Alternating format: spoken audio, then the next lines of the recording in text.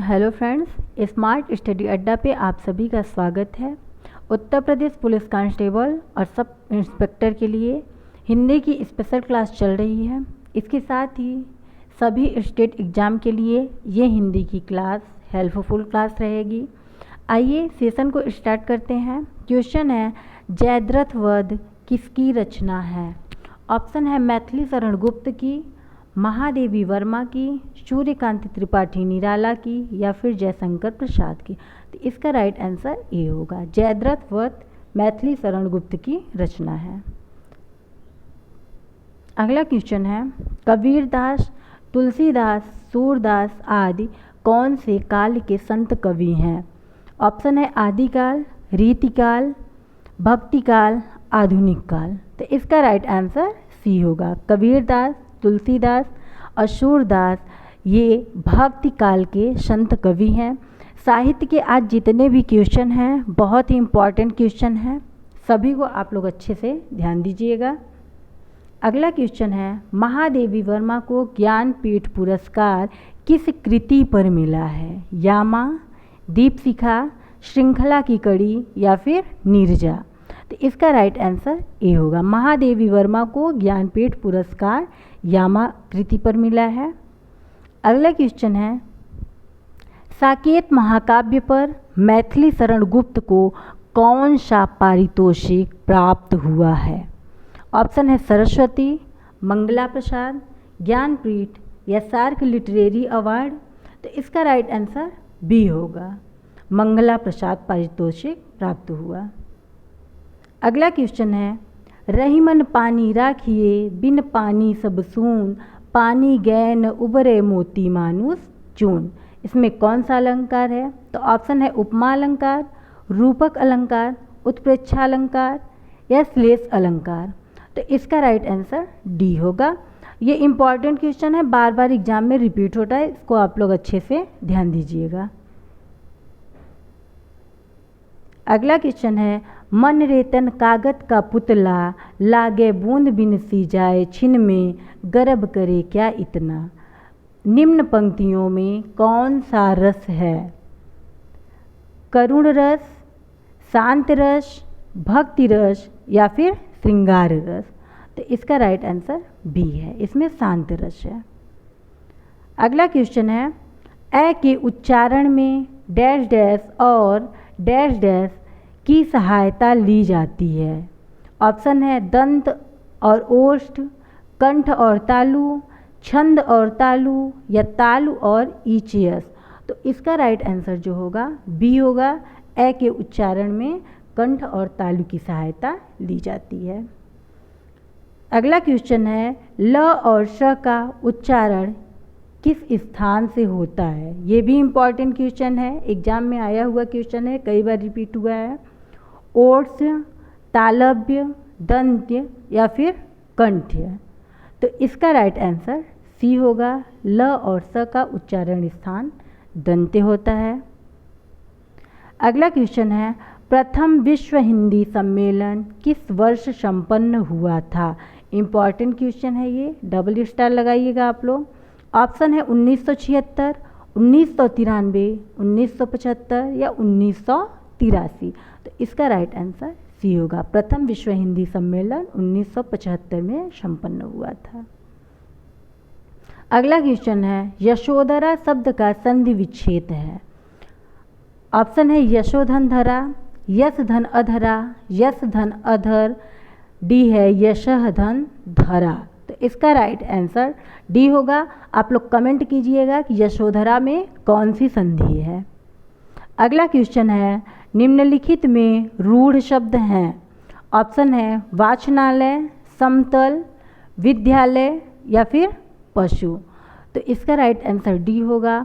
रूढ़ शब्द क्या है? रूढ़ शब्द वे शब्द होते हैं जिनका मतलब खंड तो किया जा सके लेकिन कोई सार्थक अर्थ न निकलता हो। जैसे आप लोग प और शु, इन दोनों को अलग किए, अलग तो हो गए लेकिन इनका कोई सार्थक अर्थ नहीं है। अगला क्वेश्चन है, निम्नलिखित में से कौन सा मिश्र वाक्य है? ऑप्शन है चोर को देखकर सिपाही पकड़ने दौड़ा, नेताजी भाषण देकर चले गए। सेठ जानता है कि नौकर ईमानदार है। बिजली नहीं थी इसलिए अंधेरा था। तो इसका राइट आंसर सी होगा। आप लोगों को ट्रिक बताए हैं कि जिसमें कि, ज्यों, त्यों, जैसे, वैसे ये शब्द आते हैं वहाँ पर मिश्र वाक्य होता है। अगला क्वेश्चन है, पाठशाला किस प्रकार का शब्द है? रूढ़ है, यौगिक है, योग रूढ़ है, या फिर इनमें से कोई नहीं? तो इसका राइट आंसर बी होगा। पाठशाला जो है यौगिक शब्द होता है। यौगिक शब्द वे शब्द होते हैं जिनका खंड किया जाए तो सार्थक अर्थ निकले। जैसे पाठ और शाला को आप लोग अलग करेंगे तो इसका एक सार्थक अर्थ निकलता है। ये यौगिक शब्द है। अगला क्वेश्चन है, आंसू का बहुवचन क्या होगा? ये वेरी इंपॉर्टेंट क्वेश्चन है, बार बार एग्जाम में रिपीट होने वाला क्वेश्चन है। इसको आप लोग बहुत अच्छे से ध्यान रखिएगा। ऑप्शन है आंसू, आंसुओं, या फिर आंसुएं, या फिर इनमें से कोई नहीं। तो इसका राइट आंसर जो है ए होगा। कुछ शब्द सदैव बहुवचन में प्रयुक्त होते हैं, उसको आप लोग नोट डाउन कीजिए। जैसे प्राण, दर्शन, आंसू, होश, बाल और हस्ताक्षर, ये सदैव बहुवचन में प्रयोग किए जाते हैं। अगला क्वेश्चन है, हिंदुस्तानी भाषा का रूप क्या है? दक्षिणी हिंदी, संस्कृतिनिष्ठ, ब्रज अवधि का मिश्रित रूप, या हिंदी उर्दू का मिश्रित? इसका राइट आंसर डी है, हिंदी उर्दू का मिश्रित। जितने भी क्वेश्चन है बहुत इंपॉर्टेंट क्वेश्चन है, ये बार बार एग्जाम में रिपीट होने वाले क्वेश्चन है। इसको आप लोग अच्छे से ध्यान दीजिएगा। आप लोग डेली हिंदी की प्रैक्टिस सेशन को ज्वाइन कीजिए। आप लोगों की हिंदी बहुत ही अच्छी हो जाएगी। किसी भी एग्ज़ाम में आप लोग बैठेंगे वहाँ हिंदी में अच्छे से अच्छा स्कोर कर पाएंगे। उसके लिए ज़रूरी है कि आप लोग प्रैक्टिस सेशन को डेली पढ़िए और देखिए अच्छे से। अगला क्वेश्चन है, पूर्वी हिंदी का विकास इनमें से किस अपभ्रंश से हुआ है? मागधी, ब्रांचड़, अर्धमागधी, या फिर खश? तो इसका राइट आंसर सी होगा। पूर्वी हिंदी का विकास अर्धमागधी अपभ्रंश से हुआ है। अगला क्वेश्चन है, भारतीय संविधान के किस भाग में राजभाषा का प्रावधान है? ऑप्शन है भाग 8 में, भाग 17 में, भाग 18 में, या फिर भाग 7 में? तो इसका राइट आंसर बी होगा। भाग 17 में राजभाषा का प्रावधान है। इम्पॉर्टेंट क्वेश्चन है, आप लोग ध्यान दीजिएगा इसको। अगला क्वेश्चन है, संतोष से बढ़कर सुख नहीं। इसमें कौन सा वाक्य है? मिश्र वाक्य, सरल वाक्य, संयुक्त वाक्य, या फिर इनमें से कोई नहीं? तो इसका राइट आंसर बी होगा, इसमें सरल वाक्य है। अगला क्वेश्चन है, अपभ्रंश में कितने स्वर मौजूद थे? ऑप्शन है 6, 7, 8, या फिर इनमें से कोई नहीं? तो इसका राइट आंसर सी होगा। ये भी यूपीएसआई 2021 में आया हुआ क्वेश्चन है। इससे पहले भी कई एग्जाम में ये क्वेश्चन आया है। अगला क्वेश्चन है, भारतीय भाषा परिषद कहाँ स्थित है?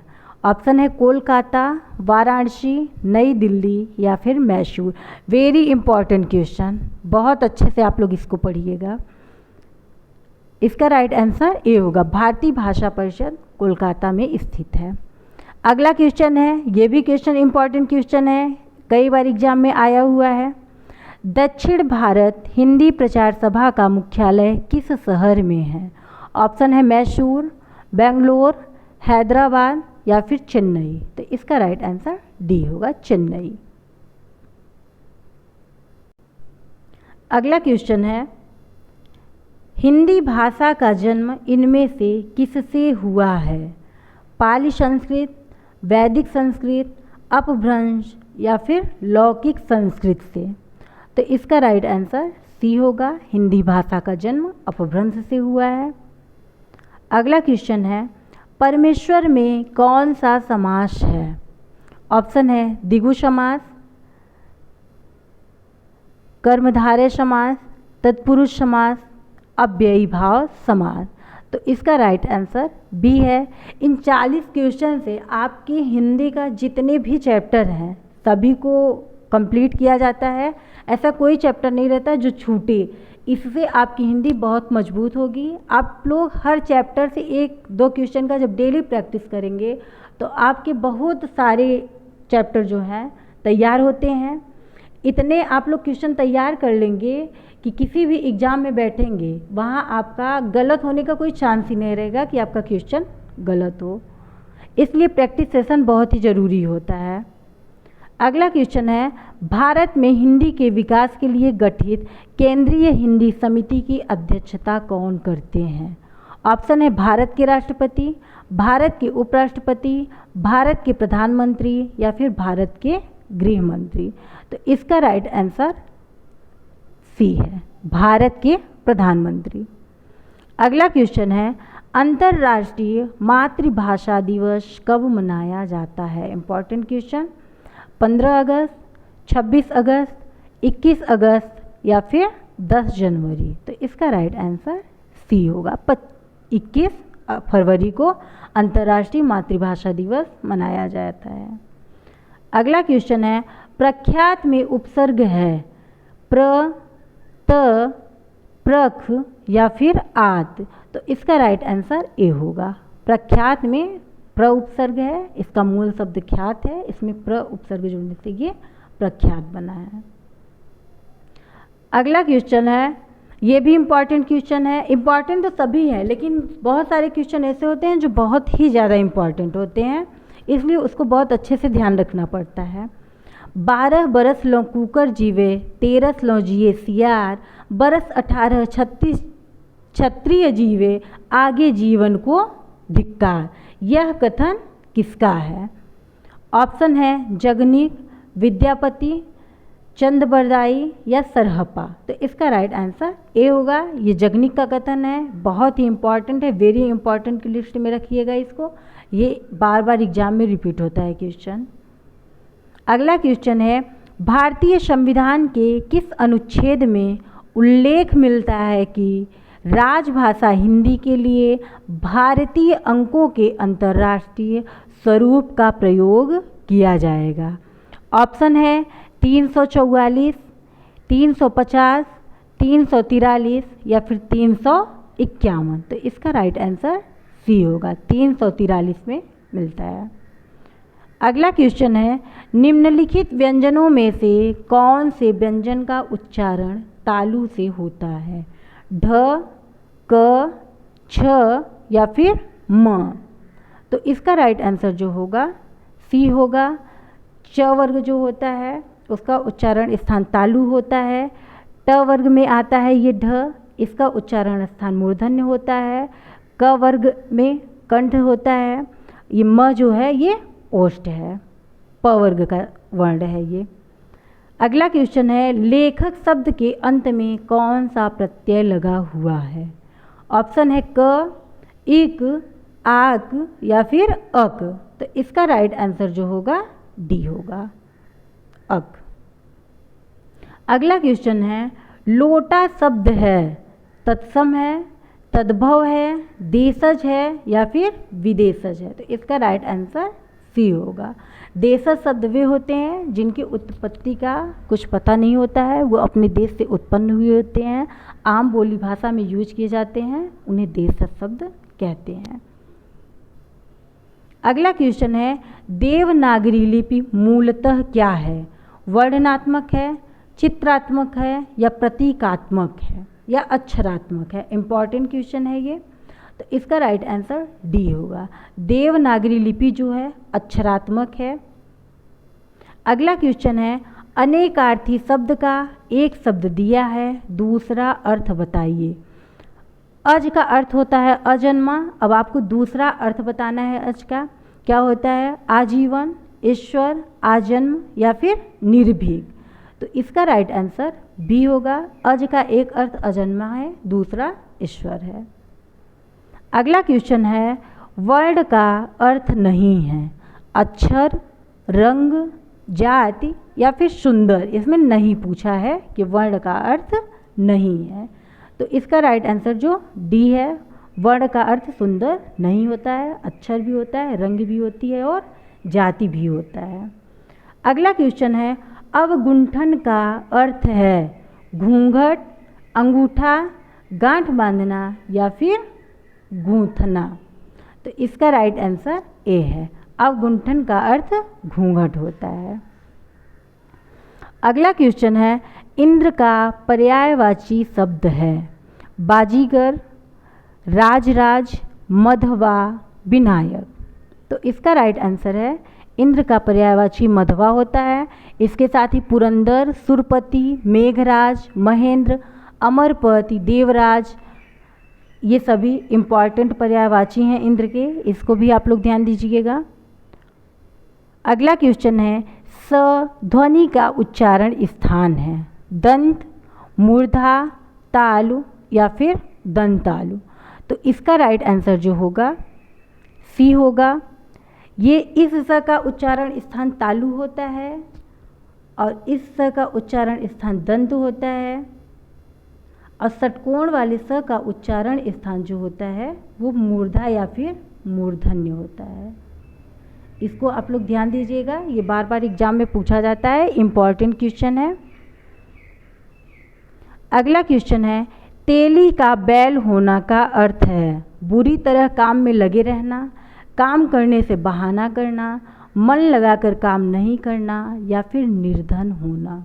तो इसका राइट आंसर ए है, तेली का बैल होना का अर्थ है बुरी तरह काम में लगे रहना।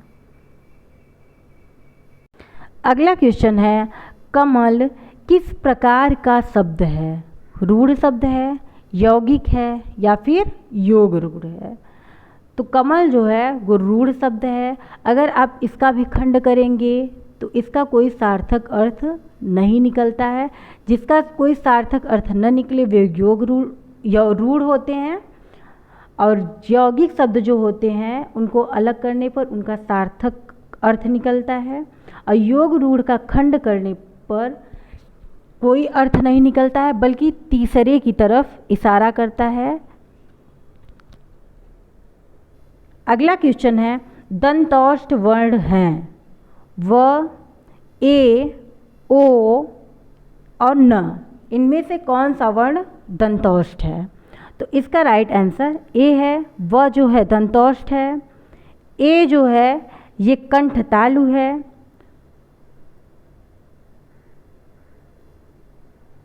आज का सेशन यहीं समाप्त होता है। क्लास आप लोगों को कैसी लगी कमेंट ज़रूर कीजिएगा। अगर क्लास पसंद आए तो लाइक, शेयर और सब्सक्राइब कीजिएगा।